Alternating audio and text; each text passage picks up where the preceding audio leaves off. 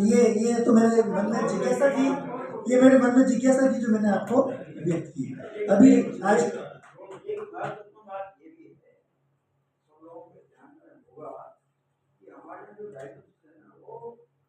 इतना सुंदर ढंग का और इतने कम खर्चे का और इतने तात्कालिक निर्णय देने वाला है। मैं इसको उदाहरण के लिए बताता हूँ।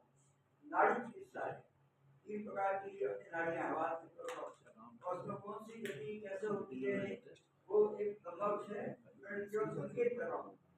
केवल नाड़ी देख करके आप में कौन सा विकार है, जिगरा देख के, आप देख करके, आपका स्वयं अपना मल देख करके, मूत्र देख करके डॉक्टर का हाथ तो लगाते ही नहीं किसी के बारे में। नहीं, आपको चूंकि बात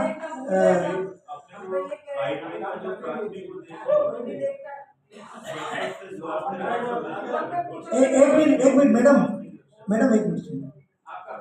आप मैं चूंकि बात निकली, मैं तो इसको स्टॉप कर रहा था, लेकिन आपने बात कही तो मैं इसमें एक बात और जोड़ना चाहता हूँ।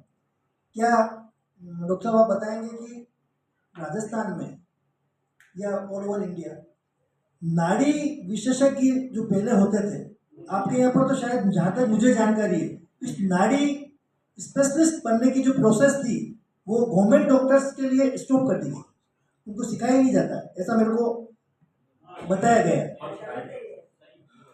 नहीं है ना?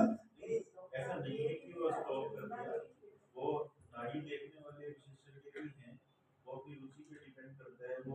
और दूसरा ये भी होता है कि जो अनुभवी चिकित्सक होता है ना, आम आदमी इस बात को समझता नहीं।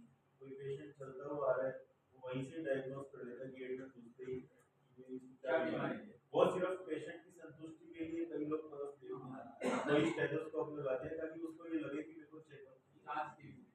अच्छे अनुभवी चिकित्सक दूर से ही आपसे 4 क्वेश्चन पूछेंगे, उसी में ही पकड़ लिया क्या कमी। लेकिन होता ये कि पेशेंट की संतुष्टि एक अलग विषय है, चिकित्सा एक अलग विषय है। और दूसरा मेरा ये कहने का मतलब जो आज की जो अपनी कार्यशाला में जो मूल इस एस्पेक्ट में जो था ना, वो ये है कि स्वस्थ से स्वास्थ्य रक्षण, लोग बीमारी ना हो, उनको ऐसी कोई तकलीफ हो ही ना हो, कि एक लाइफस्टाइल कैसा होना चाहिए उस पर अपने को फोकस करना है। खर्चा चिकित्सा में तो खर्चा होगा ही होगा, लेकिन अगर बीमारी नहीं होंगे तो मतलब लोग बीमार होने के लिए खर्चा ना करें। कहने का मतलब ये है स्वस्थ रहने के लिए एक पैसे का भी भगवान ने कोई टैक्स नहीं लगाया, कोई खर्चा नहीं है। लेकिन अपना खाना पीना, अपना जीवन शैली ऐसी होनी चाहिए जब बीमारी ना हो।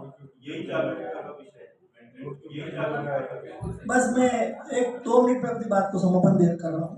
जो आज का जो विषय है, स्वर्णिम भारत नवनिर्माण के क्रम में राजसमंद नवनिर्माण कॉन्फ्रेंस और नेशनल लाइफलाइन ऑफ इंडिया, मैं कुछ पॉइंट्स में ज़्यादा इस पर डिस्कस नहीं कर, ज़्यादा एक्सप्लेन नहीं करूँगा।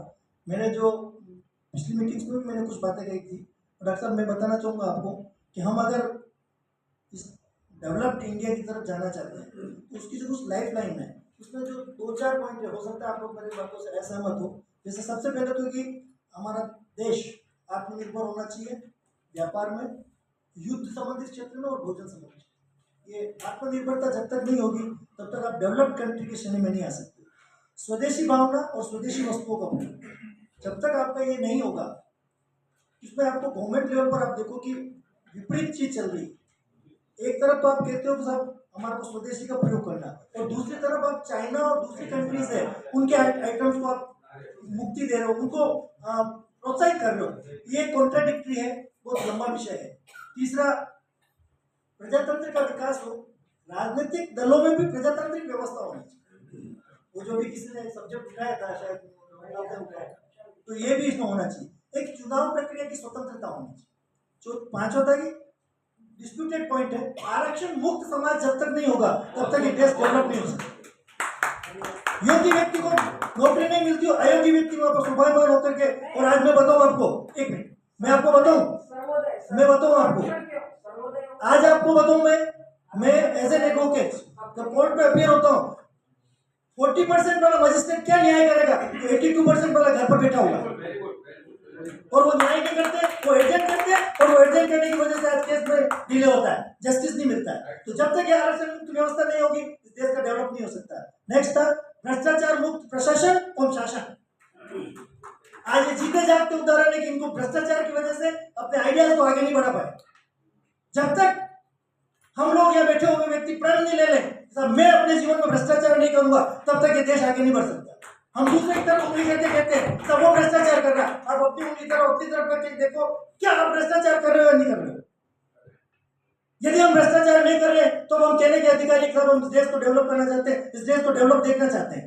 नेक्स्ट था त्वरित न्याय और इस प्रक्रिया में सुधार होना चाहिए। आज आईपीसी, सीपीसी, एविडेंस एक्ट देखने के लिए इस शासन ने परिवर्तन कर दिया, लेकिन आप धाराओं को देखो कोई लैंग्वेज चेंज नहीं है, वो केवल एक धारा चेंज कर ली, नाम चेंज कर दिया, बाकी वो की वो कंटेंट है उसके अंदर, वो की वो प्रोसेस है और वो प्रोसेस उलझ गई है। आज न्याय शीघ्र होने के बजाय और ज्यादा देरी होने लगी, तो ये इस पर हमको सोचने की जरूरत है, तभी हम डेवलप कंट्री के बारे में सोच सकेंगे। इस नेशनल लाइफलाइन के बारे में सोचना पड़ेगा, तो इन चीजों पर हमें सोचना पड़ेगा। चिकित्सा व्यवस्था में सुधार करना पड़ेगा, आयुर्वेद पर हम पहले ही इस बारे में विचार कर चुके हैं। जय भारत, जय हिंद।